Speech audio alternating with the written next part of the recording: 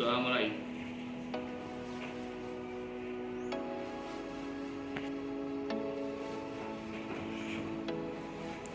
Selesai. Beri salam. Karena kita hari ini akan membahas tentang materi mutasi. Setelah minggu yang lalu kita belajar tentang heritage pada manusia. Nah, mungkin masih ingat ya, ketika tanggal 9 Agustus 1945 di dua kota di Jepang, yaitu Hiroshima dan Nagasaki, itu kan diledakkan bola pingpong kecil ya, bom sebesar bola pingpong kecil ya, liliput ya, itu meluluhkan dua kota, Nagasaki sama Hiroshima. Salah satunya yang paling sangat terlihat itu adanya senjata yang mengandung tadi bahan-bahan kimia itu bisa menyebabkan diantaranya adalah kerusakan gen.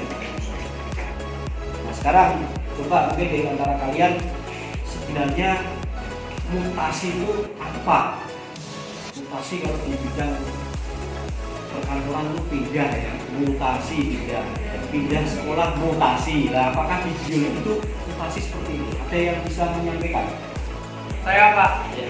Mutasi adalah perubahan yang terjadi pada RNA atau DNA menyusun suatu gen yang dapat diwariskan secara genetik kepada keturunannya. Oh ya, oke. Jadi betul yang disampaikan oleh temanmu tadi terkait dengan perubahan gen sekuen DNA. Jadi kalau ada perubahan gen sekuen DNA, letak DNA itu akan menyebabkan perubahan suatu organisme. Saya ambil contoh ya, misalnya perubahan gen sekuen DNA pada suatu enzim itu bisa jadi akan menyebabkan gen yang ada di enzim tersebut yang dipengaruhi oleh gen mutan, karena gen mutasi atau gen mutan itu kan penyebab gen mutasi, itu akan bisa menyebabkan perubahan dari enzim itu atau enzim itu menjadi inaktif. Apakah semuanya memang bersifat merugikan? Nanti lihat saja. Bisa kita lihat, Anda bisa lihat ini macam-macam mutasi. Macam-macam mutasi kromosom. Ini ada sebenarnya mutasi kromosom itu adalah perubahan apa? Perubahan dari set kromosomnya, jumlah kromosomnya. Ini jadi yang artinya genom autoploid itu yang mengganda itu bisa mengalami gangguan meiosis menjadi menduplikasi atau mengalami pengulangan. Ada yang monoploid, diploid, triploid sampai tetraploid. Lihat nanti anak-anak tiap kelompok nanti silakan kalian diskusikan tentang beberapa contoh aniplodi. Sindrom-sindrom yang terjadi karena penggandaan kromosom. Baik ya, silakan nanti kalian diskusikan per kelompok. Kalian interpretasikan sindrom-sindrom yang terjadi akibat dari perubahan letak sekuen DNA, perubahan letak dari jumlah kromosom yang mengalami replikasi penggandaan. Silakan bisa dimulai.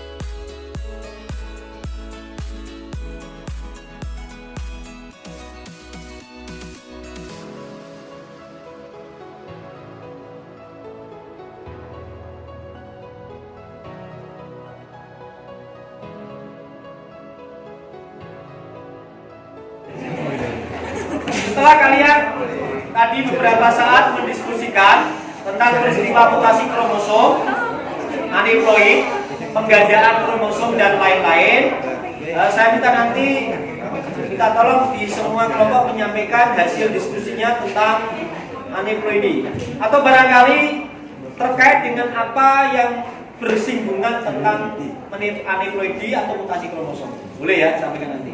Silakan mulai dari kelompok 7. Assalamualaikum warahmatullahi wabarakatuh. Perkenalkan, saya Muhammad Arif Nizardin, perwakilan dari kelompok 7. Sebelum saya menjelaskan mengenai sindrom Down, perlu kita ketahui bahwa manusia memiliki 46 kromosom atau 23 pasang kromosom. Nah, 22 pasang kromosom pertama itu disebut kromosom autosom atau kromosom yang berkenaan dengan sifat tubuh. Sedangkan satu pasang terakhir itu disebut kromosom gonosom atau kromosom yang berkenaan dengan sifat gender. Nah, sindrom Down itu berkenaan dengan kromosom autosom atau berkenaan dengan sifat tubuh. Nah, ciri dari penyebab dari sindrom Down itu dikarenakan kebanyakan jumlah kromosom nomor 21. Sehingga kromosom nomor 21 itu terdapat 3 kromosom. Nah, ciri dari penderitanya itu kebanyakan penderita itu berwajah Mongolia atau matanya sipit fertil. Terus mulutnya kecil, terdapat bintik putih pada matanya, leher pendek, dan keterbelakangan mental, serta pertumbuhannya itu mengalami keterlambatan. Nah, ini adalah salah satu contoh gambar dari penderita. Dapat dilihat ini matanya sipit dan mulutnya itu kecil dan kebanyakan itu lehernya pendek. Disampaikan oleh kelompok 7 ya. Kelompok 7 tentang mengambil konsep tentang sindrom Down. Ada beberapa macam kelainan aneuploidi pada sindrom Down. Yang lain yang sudah didiskusikan, silakan. Assalamualaikum warahmatullahi wabarakatuh. Waalaikumsalam warahmatullahi wabarakatuh. Kami dari kelompok 5 akan menjelaskan tentang sindrom Turner. Sindrom Turner adalah kelainan genetik pada wanita yang menyebabkan penderitanya mengalami tubuh yang pendek atau bertubuh pendek dan mengalami gangguan kesuburan. Ciri-ciri dari sindrom Turner yaitu bertumbuh pendek, kelainan pada organ reproduksi dengan telat menstruasi dan cacat jantung, gigi tidak dapat tumbuh normal, terus mengalami kegemukan dan tekanan darah tinggi dan mengalami gangguan penglihatan. Biasanya wanita normal memiliki kromosom seks XX yang berjumlah 46, sedangkan wanita yang terkena sindrom Turner ini memiliki kromosom seks XO yang jumlahnya hanya 45. Mengapa hal ini bisa terjadi? Karena bisa jadi waktu kromosom X pada saat gametogenesis itu tidak ada dan bisa jadi waktu pembelahan zigot awal-awal kromosom X sudah tidak terbentuk. Itu. Dan salah satu kasusnya yaitu pada Sari. Sari ini berumur 24 tahun, tetapi seperti balita berumur 2 tahun. Untuk kasus sindrom Turner ya, sindrom Turner tadi fisiknya juga disampaikan. Ada lagi untuk beberapa macam aneuploidi pada manusia. Sindrom, silakan untuk kelompok 8. Perkenaan tadi tentang diskusi dari kelompok 8 yang mengangkat tema sindrom apa. Nah, jadi sindrom ini merupakan sindrom sangat langka karena kan dari 5.000 orang kemungkinan dari 1 orang yang mengidap sindrom ini, ataupun itu laki-laki atau perempuan. Sindrom ini bisa menyerang siapa saja. Nah, sindrom ini adalah gangguan di mana sebuah sindrom yang menyerang pada jaringan ikat. Jaringan ikat itu ada mata, sendi, tulang, dan kerangka tubuh. Untuk efek samping dari sindrom Marfan itu sendiri, adanya ketidaksimetrisan pada rangka tubuh, serta ketidaknormalan atau kecacatan pada organ dalam serta indera manusia, layaknya paru-paru, jantung, serta mata. Pada salah satu kejadian, mata korban ini mengalami kecacatan, entah itu yang menyebabkan buta hingga tidak dapat melihat. Sindrom Marfan sebagai penyakit langka tentu belum ada obatnya. Namun, sejumlah terapi bisa membantu untuk meningkatkan kualitas hidup penderitanya. Salah satu penderita dari sindrom Marfan ini adalah perempuan yang bernama Inergihar Nurhijrah Putri Syuhada. Dia membagikan ceritanya tentang perjuangannya menghadapi sindrom Marfan melalui salah satu postingan di akun Twitter @inersyuhada. Dia mengidap sindrom Marfan dari umur 9 bulan. Lalu pada umur 4 tahun dia melakukan operasi pada kedua matanya. Namun mata kirinya mengalami kegagalan operasi sehingga mengalami kebutaan. Selain itu dia juga mengalami skoliosis pada punggungnya. Ya, kelompok 8 telah menyampaikan tentang diskusi tentang sindrom Marfan. Ini juga terkait dengan terjadinya aneuploidi ya. Aneuploidi untuk anafasolek yaitu tidak terlekatnya kromatid pada gelendong pada peristiwa meiosis 2. Sekarang diskusi dilanjutkan untuk kelompok yang menyampaikan tentang materi aneuploidi yang lain. Silakan.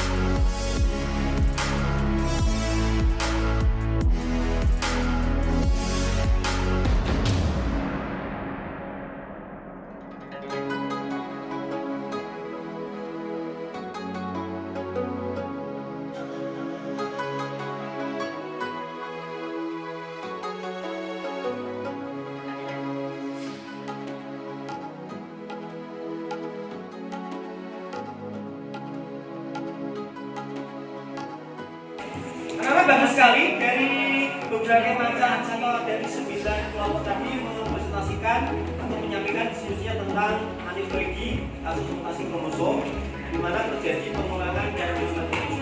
Kebanyakan memang merugikan bagi manusia maupun juga bagi organisme yang lain. Nah sekarang pertanyaannya, apakah ada yang mengusulkan? Ada yang mau menyampaikan? Ada? Silakan. Juga memiliki dampak positif, diantaranya yaitu buah tanpa biji, antibiotik, bibit unggul, dan evolusi. Salah satunya yaitu buah tanpa biji. Buah tanpa biji banyak kita jumpai, contohnya semangka. Nah, cara membuat buah tanpa biji yaitu dengan memberikan kolisin pada buah sehingga buah memiliki 4 set kromosom atau tetraploid. Kemudian buah dengan yang memiliki 4 set kromosom disilangan dengan buah yang memiliki 2 set kromosom atau diploid dan menghasilkan keturunan 3 set haploid atau triploid yang bersifat steril sehingga buah tidak memiliki biji.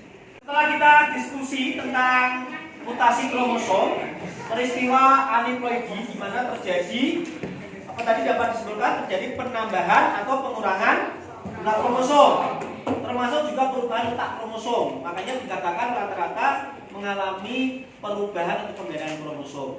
Bisa di nomor 21, bisa di nomor 23. Makanya tidak bersifat euploidi atau bersifat kromosom yang normal. Tadi juga disampaikan oleh beberapa kelompok, ada yang membahas tentang sindroma Turner. Ini terjadi penambahan atau pengurangan kromosom. Pengurangan kromosom. Berapa jumlah kromosomnya yang dikurangi? 1.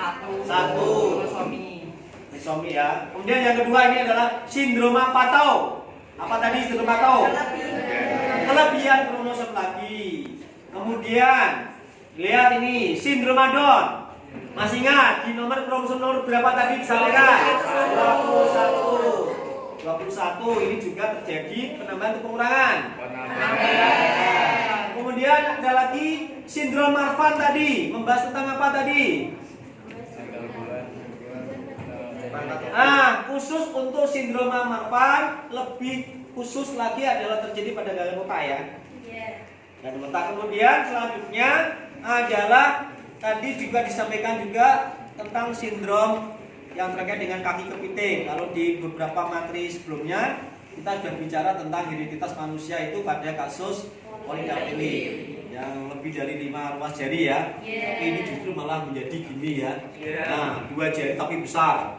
Kaki kepiting itu juga salah satu kelainan mutasi ya. Termasuk juga yang ada di sini tadi disampaikan tentang kasus-kasus pembesaran pada kepala. Hidrosefalus juga termasuk bagian dari kelainan pada mutasi. Dari yang merugikan juga disampaikan yang menguntungkan. Jadi ternyata ada juga sekuen DNA yang tadi dikatakan oleh salah satu kelompok yang terjadi perubahan sekuen DNA itu justru akan menguntungkan. Contohnya tadi peristiwa apa? Semangka tanpa biji. Tapi sebenarnya itu menguntungkan bagi manusia saja ya, tapi merugikan bagi si organisme yang bersangkutan. Baik anak-anak, jadi pada hari ini kita sudah mempelajari tentang macam-macam peristiwa mutasi kromosom. Tadi penyebabnya berarti ada berapa? Ada 2. Karena satu gagal berpisah, yang kedua karena apa? Tidak menekatnya kromatin pada saat meiosis.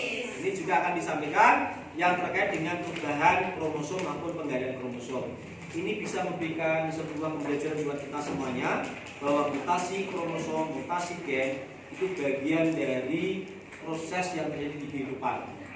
Yang paling bisa kita sadari bahwa kita bisa berusaha menghindari terjadinya mutasi kromosom maupun mutasi gen. Dengan apa? Perilaku hidup yang sehat, kemudian berperilaku yang baik dalam rangka mengembangkan keturunan kita menjadi lebih baik lagi. Untuk pertemuan selanjutnya, silakan nanti dipelajari barangkali tentang teknologi yang terkait dengan penanggulangan mutasi atau bagaimana cara menanggulangi mutasi ini secara langsung, secara integral. Nanti bisa dibaca nanti di buku atau sumber-sumber yang referensi yang kalian baca. Semoga pada kajian kali ini kita bisa memberikan termotivasi untuk meningkatkan rasa syukur kita pada Tuhan yang Maha Kuasa Allah SWT tentang bagaimana rasa syukur terhadap sebuah penciptaan.